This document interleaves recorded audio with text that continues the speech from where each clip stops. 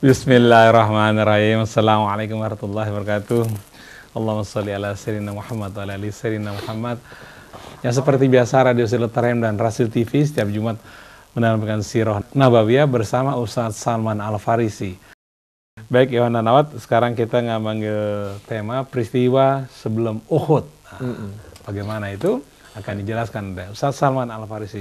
Tafadhal Ustaz. Jazakallah khair. Assalamualaikum warahmatullahi wabarakatuh. Bismillahirrahmanirrahim. Nahmaduka ya man awdahta lana subulal hidayah. Wassalatu wassalamu ala Rasulillah Muhammad ibn Abdullah wa ala alihi wa ashabihi wa man wala.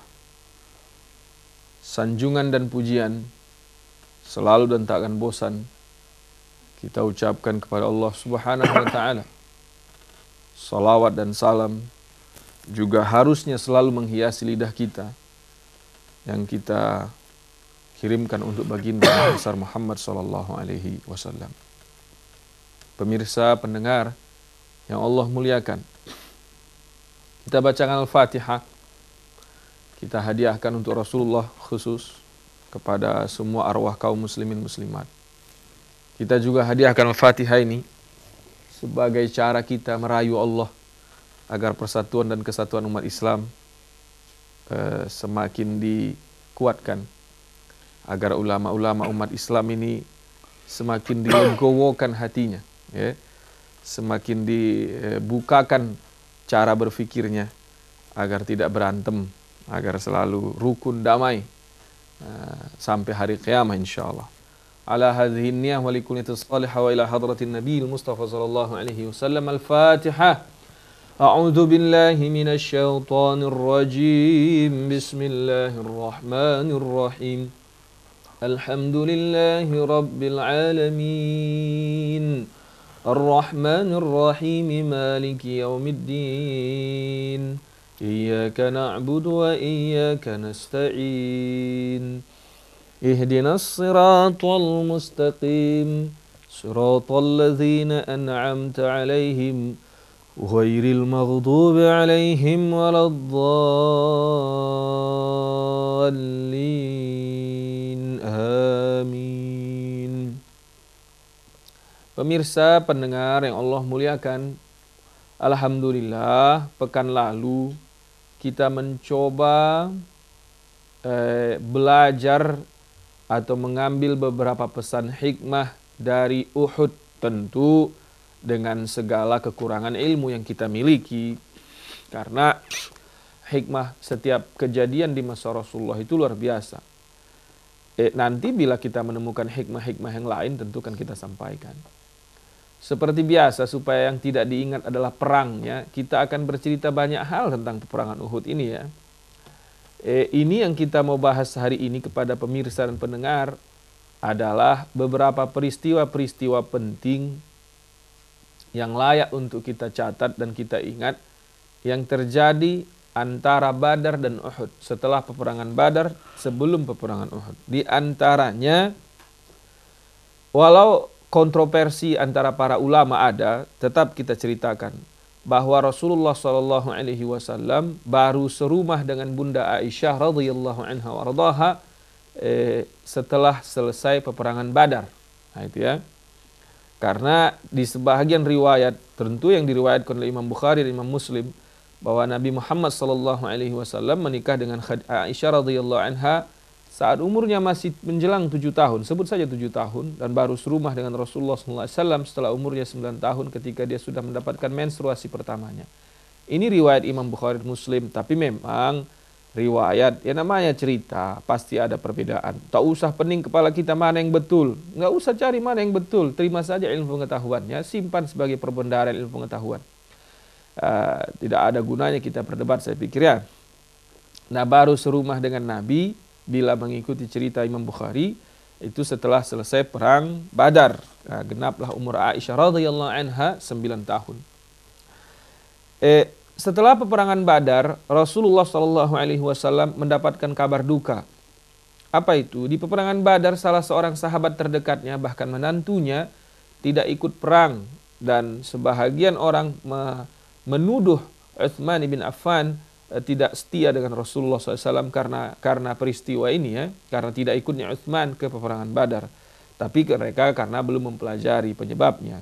Penyebabnya apa? Waktu itu Ruqayyah binti Rasulullah SAW sakit lah ya. Sakit parah kalau boleh kita bilang ya. Kenapa? Karena sepulangnya Rasulullah SAW dari Badar, Nabi hanya mendapatkan pusaranya Ruqayyah radhiyallahu anha wa ardhaha. Nabi tidak bertemu lagi dengan jasadnya.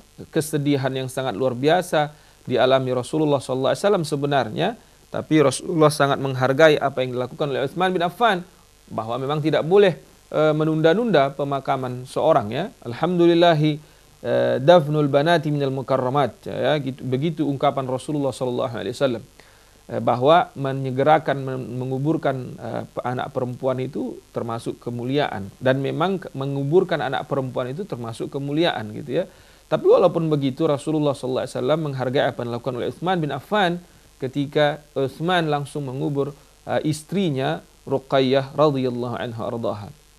Luar biasa Nabi kita SAW ya, pergi ke peperangan Badar, harus mengatur strategi Badar, berhadapan dengan musuh di Badar, musuh yang tidak main-main, kondisi melawan juga luar biasa sangat jauh jomplangnya. Di saat yang sama Rasulullah SAW menerima berita duka meninggalnya anaknya yang bernama Ruqayyah. Terus masihkah Anda mau bersedih?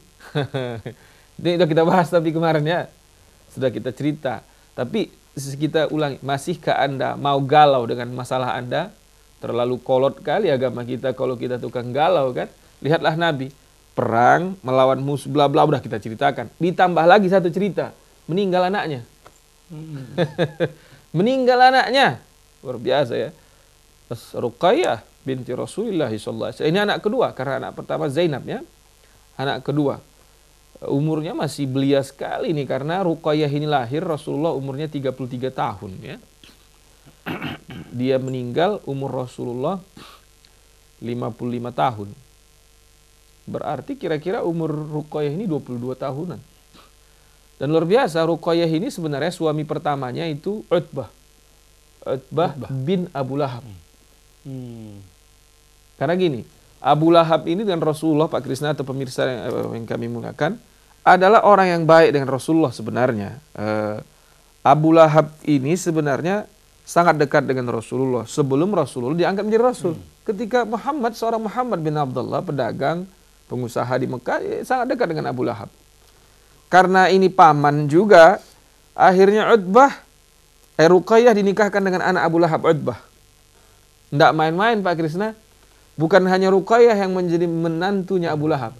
Anak Rasulullah yang ketiga, putri Rasulullah yang ketiga, Ummu Kulsum, juga dinikahkan dengan Utaibah, anaknya Abu Lahab. Jadi Abu Lahab ini besan Rasulullah SAW atau paman Rasulullah SAW. Dalam hal besan, Abu Lahab menyuruh dua putranya untuk menikahi dua putranya menikahi dua putri Rasulullah SAW. Status besan dan paman. Statusnya besan dan paman. Luar biasa. Tapi memang setelah diangkat menjadi Rasul,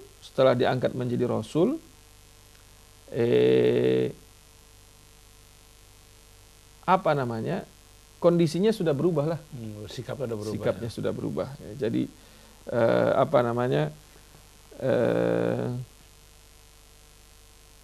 menjadi musuh, akhirnya malah disuruh sama Abu Lahab diceraikan kan. Setelah diceraikan, Ruqayyah menikah dengan Utsman bin Affan, dan Ruqayyah ini pernah mungkin kita ceritakan di sini. Ruqayyah ini bagi saya perempuan yang sangat hebat menurut saya Pak Krisna. Kenapa?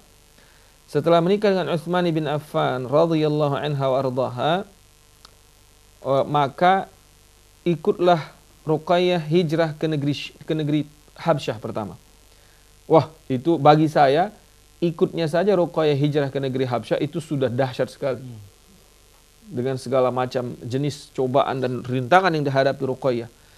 Kita pernah mengangkat di Rasil ini beberapa perempuan hebat di masa Rasulullah, itu belum kita lanjutkan, nanti insya Allah kita lanjutkan itu ya.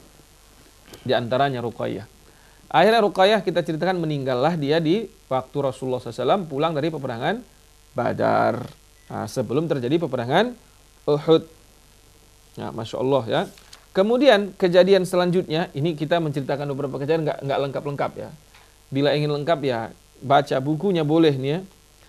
Saya tadi sedang nyari-nyari buku di Rasil, ketemu buku Kelengkapan Tarikh Nabi Muhammad SAW jilid 2 ditulis oleh Kiai Haji Munawar Khalil. Oh, ini boleh nih dibeli oleh pemirsa ini ya.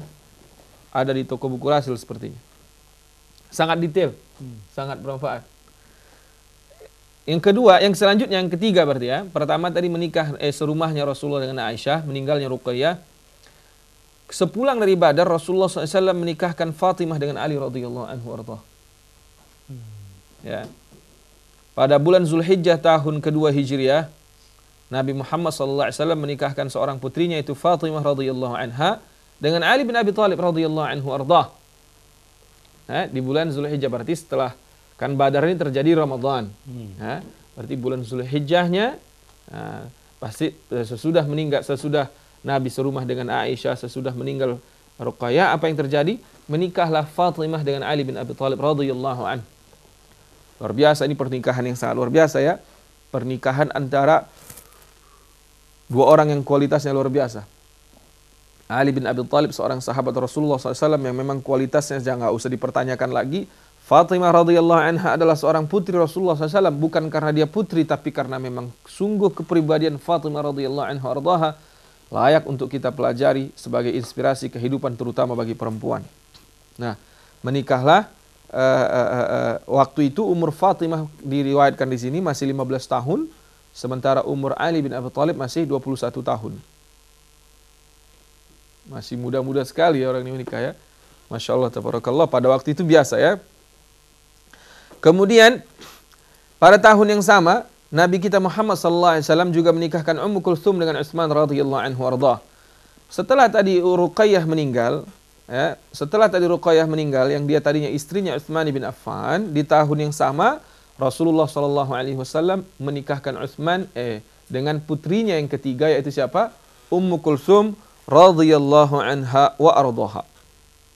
Masya Allah, peristiwa-peristiwa yang luar biasa di tahun-tahun sesudah Badar ini ya. Di tahun yang sama juga Rasulullah SAW di tahun ketiga Hijriah menikah dengan Hafsah binti Umar bin Al-Khattab radhiyallahu anhu arda. Menikah dengan Hafsah.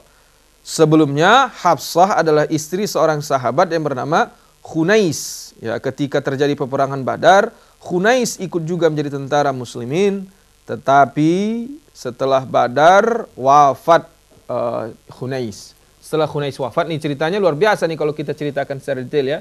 Waktu itu Abu Bakar radhiyallahu anhu arda sudah sempat menawarkan Hafsah kepada Abu Bakar, kepada Utsman, kepada Ali radhiyallahu anhu arda untuk dinikahkan. Ini pesan yang sangat luar biasa. Sebentar kita ambil pesan dulu satu ya. Lihatlah Umar bin Al-Khattab radhiyallahu anhu arda. Tadi juga kita terinspirasi dari Umar. Cerita Pak Ihsan luar biasa tadi ya. Umar bin Khattab hanya untuk membeli baju untuk anaknya tidak punya uang, padahal status dia khalifah. Saya kira mimpi kita punya presiden kayak Umar bin Khattab ya, nggak mungkin lagi lah udah. Jangankan punya presiden kayak Umar bin Khattab, punya ustadz kayak Umar bin Khattab aja udah nggak ada. Ya, ustadz kita sekarang lomba adu kaya sekarang, lomba bagaimana mobilnya lebih mewah dari orang lain. Boleh sih kaya boleh, tapi kaya yang harus kita miliki itu kaya hati, kaya yang harus kita miliki itu adalah kaya berbagi, bukan kemewahan penampilan. Saya juga nggak tahu apakah saya sanggup mengamalkan ini Pak Krisna, tapi saking terkesimanya saya dengan ceritanya Pak Ihsan tadi, sampai saya bilang sama Pak Ihsan, enak kali siapa yang nulis itu, gue bilang. Itu memang sungguh terjadi kepada Umar bin Khattab radhiyallahu anhu arda. Ketika dia pergi ke Palestina dalam rangka meresmikan atau setelah Palestina ditaklukkan oleh umat Islam, dia tidak malu sebagai seorang khalifah datang dengan baju yang ditambal, ada jahitan bekas tambalan, dan justru itu yang membuat terpesonanya para uskup di Bethlehem. Kan di Bethlehem itu kejadiannya kan? Itu yang membuat uskup Bethlehem betul-betul terpesona. Kenapa? Umar, sungguh apa yang terjadi hari ini diceritakan di kitab-kitab suci kami, bahwa engkau akan datang dengan baju yang penuh dengan tambalan. Allah Allah. Kita ini betul-betul tidak bisa hidup sederhana. Saya aja nggak pandai hidup sederhana. Nggak usah orang lain, saya bilang. Saya pengen punya rumah mewah, pengen punya mobil mewah, pengen punya banyak duit. Punya romilbah, punya rumah, punya banyak duit. Kalau kita berinfak banyak seperti Umar, seperti Rasulullah, saya kira nggak apa-apa. Tapi yang terjadi, yang sekarang digandrungi oleh umat, mulai dari kiainya, ustadznya, sampai umatnya, bagaimana mereka adu kaya, bagaimana handphonenya agar yang paling bagus, jam tangannya yang paling bagus, kendaraannya paling bagus. Innalillahi wa inna ilaihi raji'un.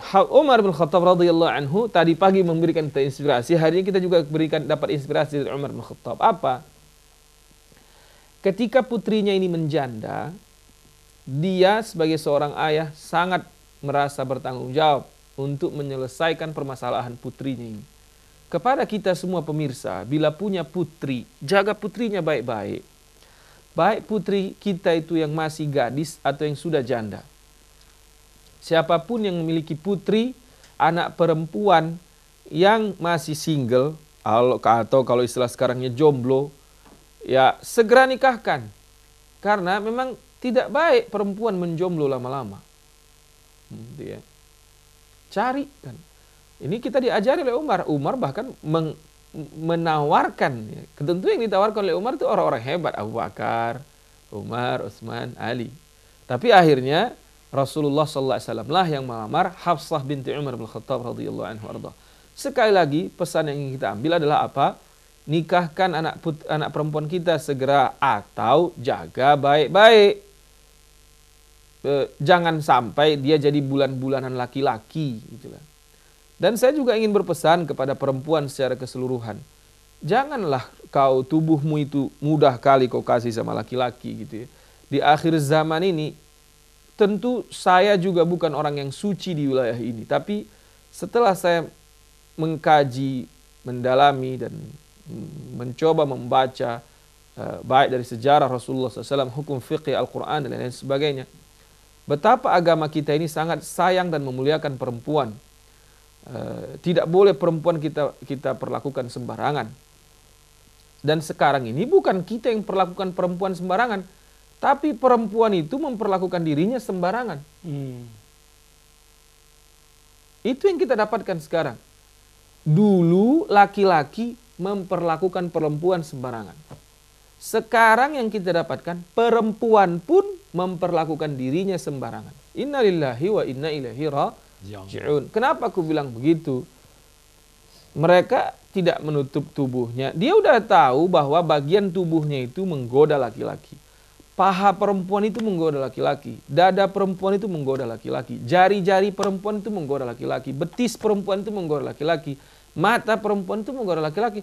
Jangan kau bilang aku mata keranjang. Bukan, memang fitrahnya begitu. Tidak ada laki-laki yang tidak mata keranjang sama perempuan. Tidak ada itu. Semuanya. Illa man rahimallah. Jangan kau bilang ada orang dari Hawaii, dia enggak piktor tuh nengok aku pakai celana pendek. Ya iyalah, orang matanya udah nengok perempuan telanjang tiap hari di pantai Hawaii, ya gak mungkin dia nengok kau pakai celana pendek, nafsu ya kan? Nah, itulah beda memang. Tapi bagi perempuan, siapapun perempuan yang mendengarkan kita, jagalah harga dirimu baik-baik. Ya, niscaya Allah akan memberikanmu yang terbaik.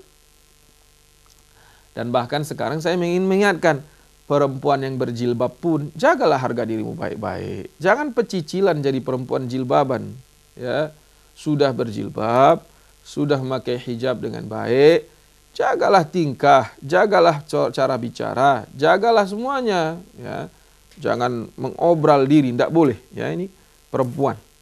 Mudah-mudahan kita doakan agar perempuan-perempuan pendengar Rasil mampu menjaga dirinya dengan baik, menjaga kehormatan dia sebagai muslimah dengan baik. Lihatlah perjuangan Umar bin Khattab demi terjaganya kehormatan anaknya Hafsah. Ketika Hafsah menjanda, langsung dia carikan jodohnya, ketemunya dengan Rasulullah sallallahu alaihi wasallam. Di tahun yang sama, ya, di tahun yang sama,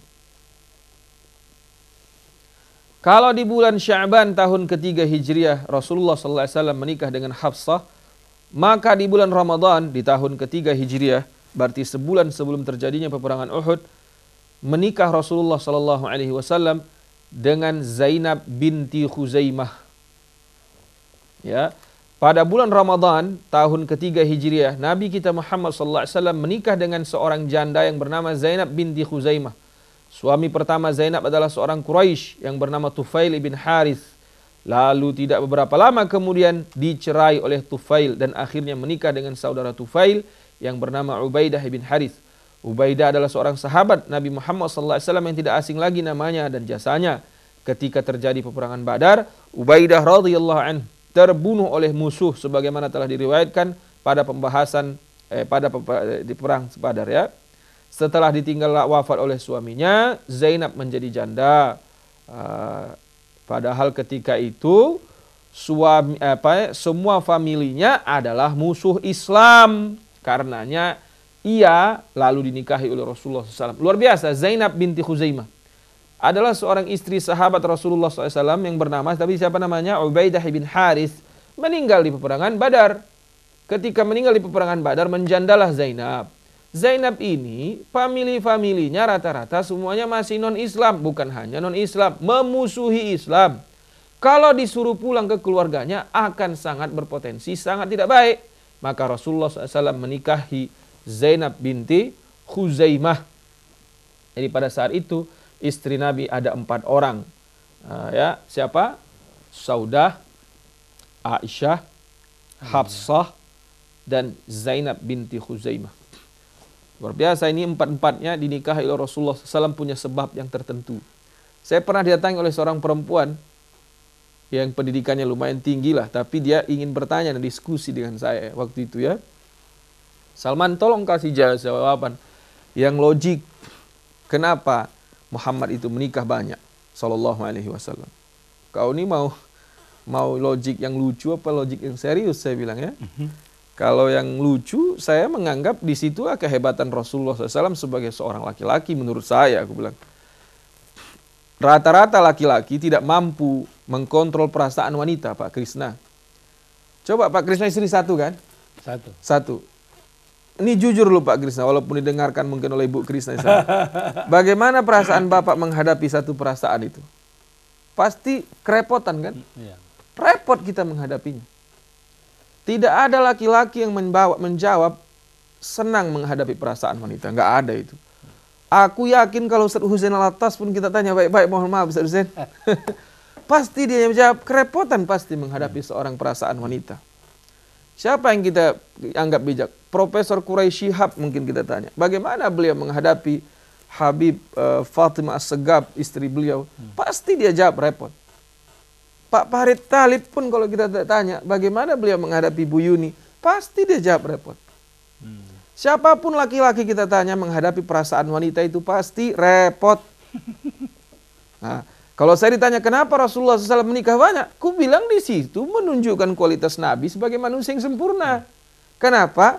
Nabi berhasil menghadapi perasaan 9 wanita.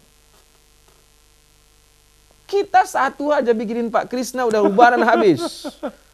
Habis uban Pak Krisna sekarang. Aku pun satu, waduh. Banyak kali uban di kepala aku sudah. Mohon maaf istri saya di rumah ini. Alhamdulillah radionya rusak sekarang. Itu biasa dengar istri saya itu ya. Jadi aku bilang gitu ya. Jadi kalau saya ditanya orang, kenapa Rasulullah itu harus menikah 9 atau berapa orang gitu ya. Saya jawab dengan serius tapi santai apa? Saya justru salut dengan Rasulullah menghadapi 9 perasaan itu. Nabi tetap hebat sebagai seorang pejuang berhasil. Syekh kita Agim aja kemarin baru 2 aja udah luar biasa. Walau sekarang naik lagi, masya Allah, semoga dibantu oleh Allah dia kan. Maksud aku di situ kualitas laki-laki baru hebat sekali. Bukan saya ingin menganjurkan ya, tidak, karena menjawab pertanyaan kenapa Rasulullah SAW menikah lebih dari 1. Kemudian kalau kita jawab sejarah-sejarah, Nabi menikah itu luar biasa, tidak ada yang sembarangan ya. Menikah dengan Saudah binti Zum'ah, itu Rasulullah ditinggal Khadijah radhiyallahu anha warḍaha setahun tidak menikah, setahun Rasulullah SAW menjomblo. Setahun Rasulullah SAW menjomblo. Dan akhirnya Rasulullah SAW menikah itu karena sudah didesak oleh semua sahabat agar Rasulullah menikah. Ya.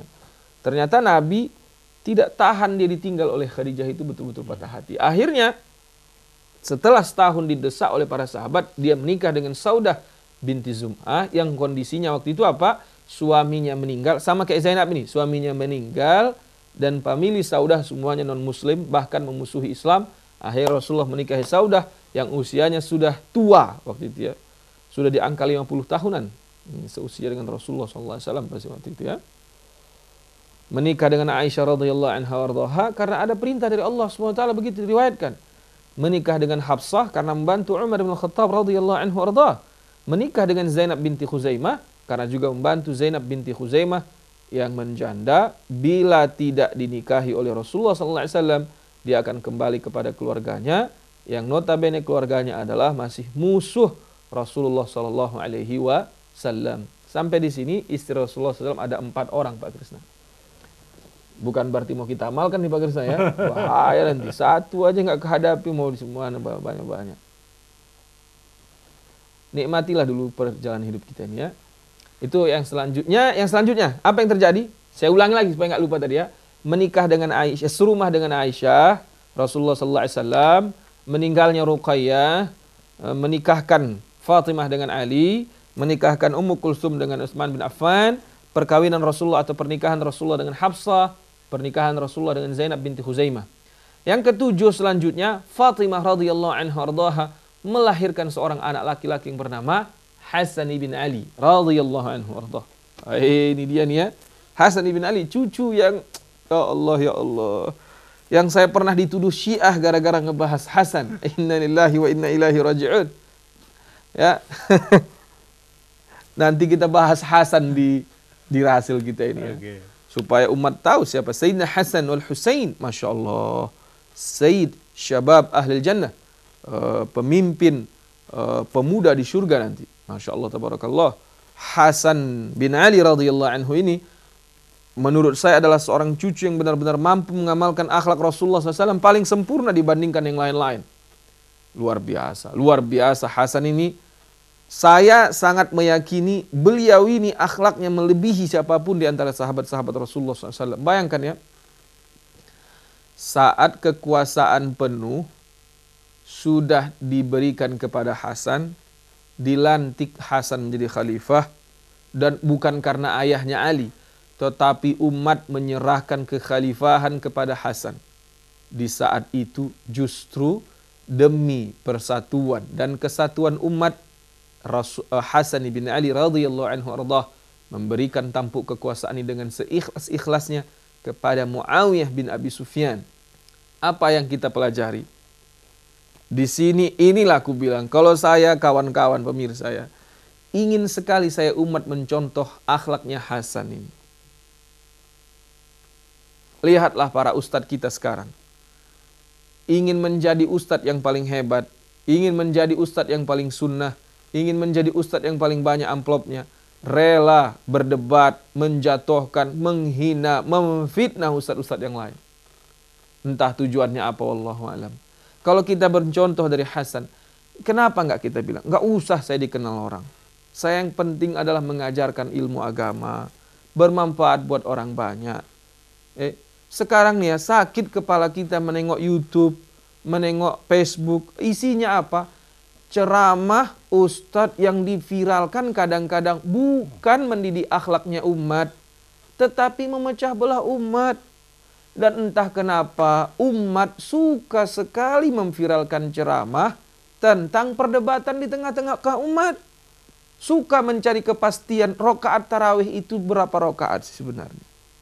Suka mencari kepastian ziarah kubur itu boleh apa tidak. Entah apa pentingnya bagi umat. Boleh tidak ziarah kubur. 23 atau tidak rakaat tarawih. Dan lain-lain. Sehingga yang diviralkan di tengah-tengah umat. Celana harus ngatung atau tidak. Ada ustadz yang habis-habisan mengedepankan dalil celana harus ngatung. Ada ustadz yang mengedepankan habis-habisan dalil celana boleh tidak ngatung. Ku bilang ustadz ini dua-duanya betul. Ustadz yang mengatakan celana harus ngatung betul.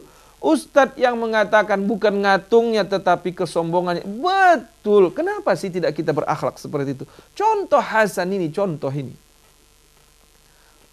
Luar biasa. Yang dipertaruhkan oleh Hasan waktu itu dahsyat, kawan.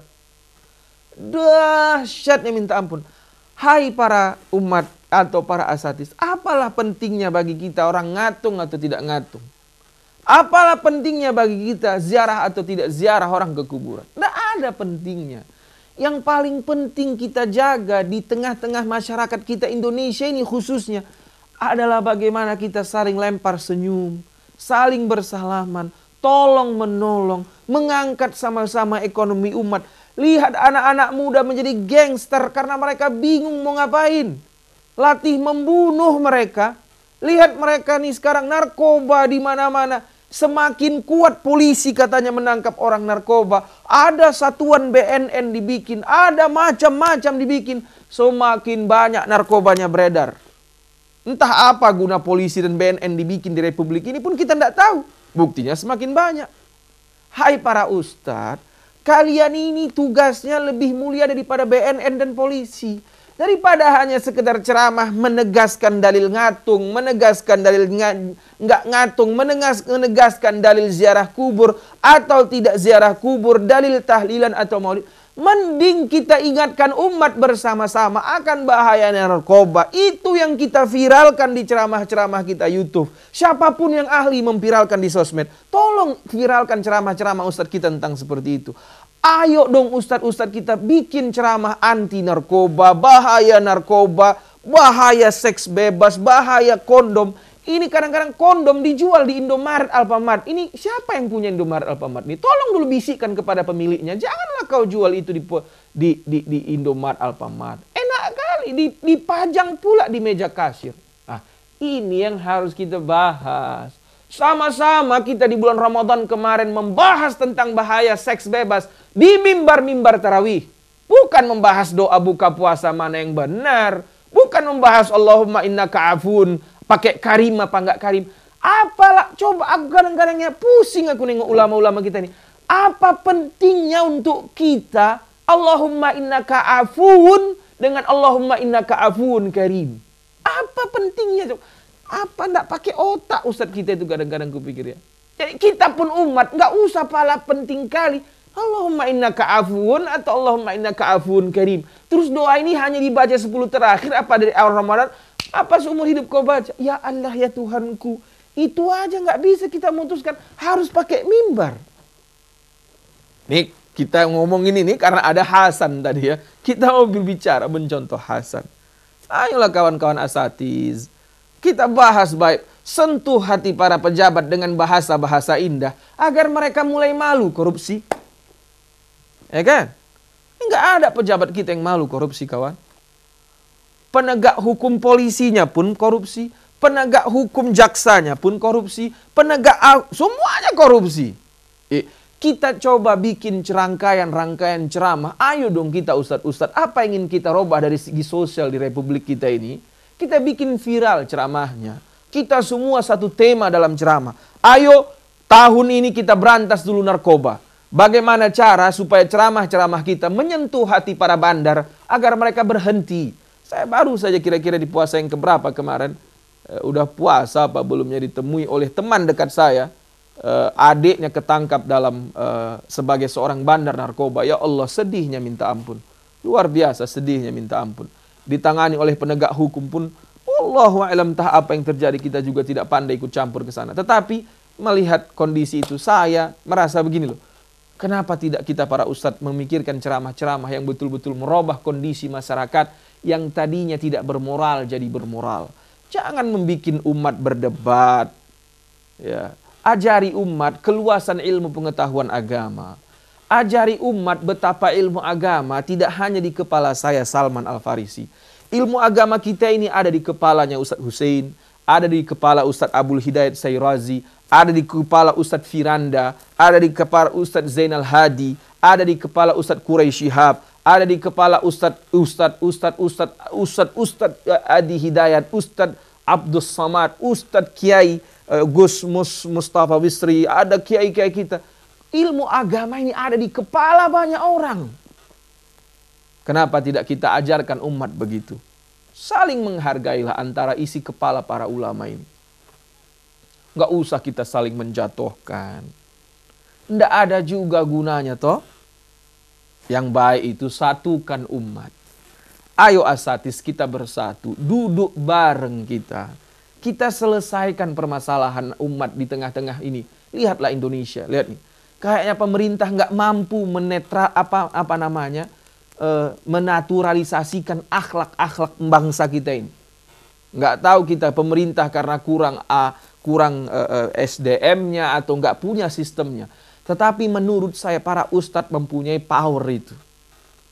Jika kita berceramah, menohok habis-habisan tentang akhlak masyarakat, mengingatkan masyarakat bahaya narkoba, seks bebas, gangster yang tidak baik, pencurian, perampokan, ini kan bermanfaat. Akhirnya cita-cita besar kita apa itu? Kemahrifah loh jinawi toto tentram kertora harjo baldatun toibatun warapun gobur bisa kita capai. Mencontoh dari Hasan, karena kita sedang cerita di antara Uhud dan Badar dilahirkan seorang putra dari rahim Fatimah binti Rasulullah sallallahu alaihi wasallam radhiyallahu anha wardaha, bernama Hasan ibn Ali radhiyallahu anhum ajma'in. Kita lanjutkan lagi cerita kita. Setelah jeda pariwara berikut.